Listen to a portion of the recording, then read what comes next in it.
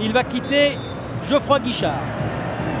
Et le coup d'envoi à l'instant donné par monsieur Coué avec Varro sur son côté gauche. Rivière dans l'axe, attendu également par Landrin. Landrin qui laisse passer pour Rivière. Et Landrin, et puis finalement cette première frappe. Ouais, ballon décollé, mais la frappe ne surprend pas le bon placement de Mathieu Valverde. Touré. Équilibré mais bien vivant, bien dans le mouvement pour les deux équipes. La bonne intervention là de Matuidi. La relance stéphanoise. Landrin. Ça vient sur son côté droit. Andreu. Landrin encore. Gelson. Gelson avec un ballon pour frapper Sanogo qui rend Gelson. Le centre et l'intervention, le coup de sifflet. Non, le coup de sifflet, monsieur Bruno Coué a suivi son juge de ligne alors que le ballon était revenu à l'avantage de Sanogo. On va revoir ça dans quelques instants, mais le coup de sifflet est bien venu avant la frappe de Sanogo.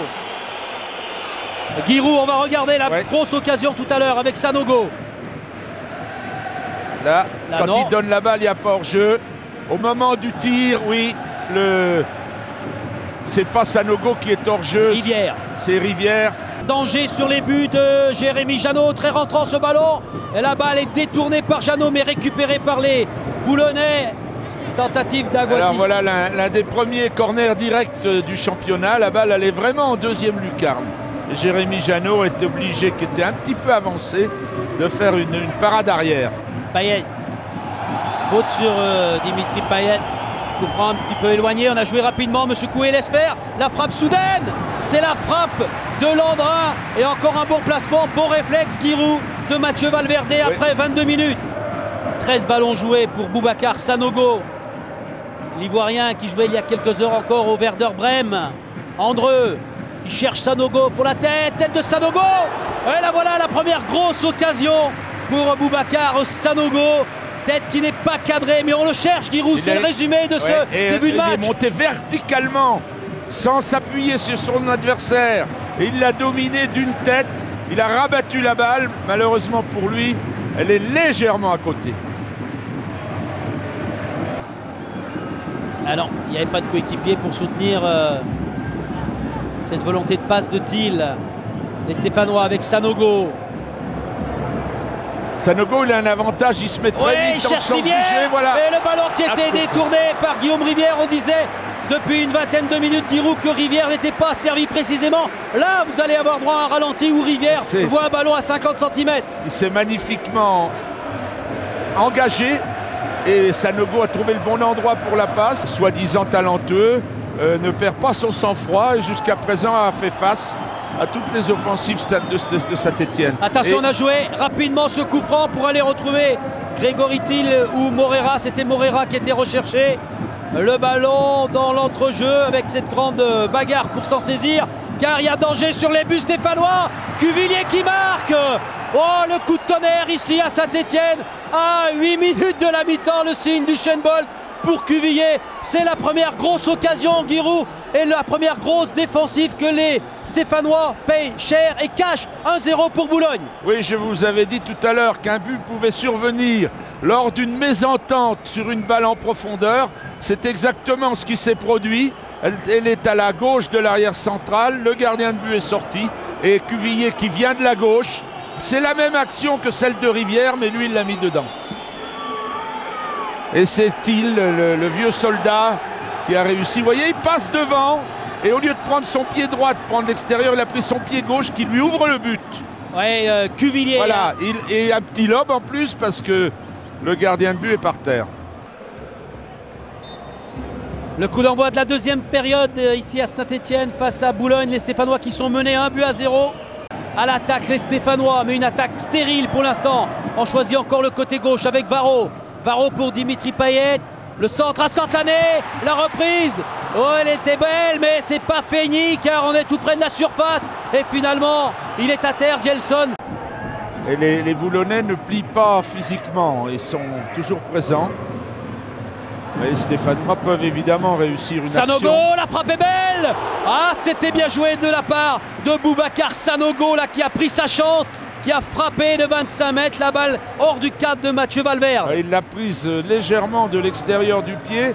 C'était à la suite d'une lutte d'ailleurs. Et il a fait une balle coup de pied extérieur du pied, on le voit. Il y a un léger effet sur la droite.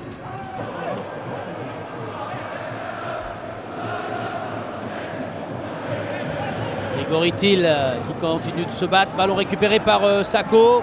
Sanogo avec Matuidi. Payet, de la place pour Landrin sur son pied droit. La frappe, elle est détournée. Et c'est le poteau qui renvoie à l'instant Mathieu Valverde, sauvé par son poteau. Avec Rivière qui fait faute. Non, on laisse jouer, dit monsieur Bruno Coué. Oh là là. Attention à ce geste. Ce sera un carton rouge. L'exclusion tout de suite pour Ducatel qui est revenu par derrière avec des yeux qui interrogent monsieur Bruno Coué. 20 minutes de la fin de ce match. Il y a une première faute. Non sifflée. Il y a une première faute non sifflée. Ça n'excuse pas. Non. Mais on peut dire que M. Coué aurait mieux fait de siffler la première faute. La faute de Ducatel montre un énervement anormal. Alors évidemment, ça va entraîner un tir formidable dans le poteau.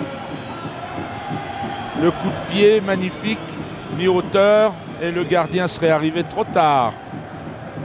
Et là, nous avons un changement de joueur pour sans doute remettre Dembélé qui va rentrer. Ballon dégagé par les Boulonnais vers Thiel.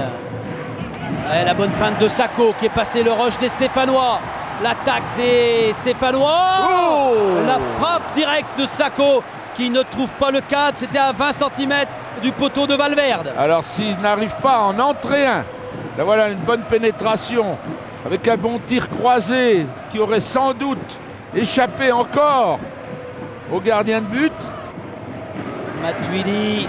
Landrin est un des plus actifs, c'est lui qui mène le jeu à Saint-Étienne. La plupart des actions viennent de lui. Attention à ce centre. Et la tête juste devant Mathieu Valverde, mais qui ne trouve pas le cadre. Encore cet exemple des Stéphanois qui tentent là avec Sanogo, mais c'est hors des buts de Valverde. Ouais, celle-là, elle était très difficile à prendre parce qu'elle était très forte et légèrement trop haut, vous voyez, et il est obligé de la prendre du haut, du front. Saint-Étienne toujours mené 1-0 avec Payet. Et puis la frappe à venir, elle est contrée. Et Rivière qui va frapper. Et ce ballon Giroud est encore dégagé par Valverde. À 11 contre 10 dans cette fin de match. Saint-Étienne n'y arrive pas. Encore un ballon perdu par Saint-Étienne. Balle récupérée à l'instant par Dembélé. Thiel qui le conserve. Il a vu qu'il n'y avait personne avec lui. Il attend. Il demande à Dembélé d'appeler cette balle. Voilà qui est fait. Thiel encore. Thiel à 3 contre 3 et le capitaine Grégory-Thiel qui y va pour un 2-0. Oh, la balle qui est captée heureusement pour les Stéphanois par Jérémy Janot et Saint-Étienne qui contre-attaque. Corner des Stéphanois avec la tête qui est à côté. Giroud, monsieur Coué rend ce ballon au Boulonnais. Ce dernier ballon remonté par les Stéphanois.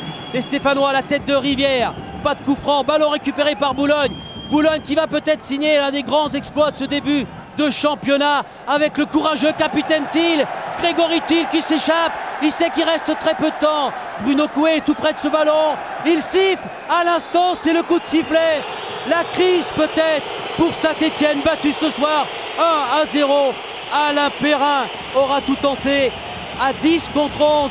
Eh bien c'est Boulogne qui vient de réaliser l'un des exploits de cette 3e journée.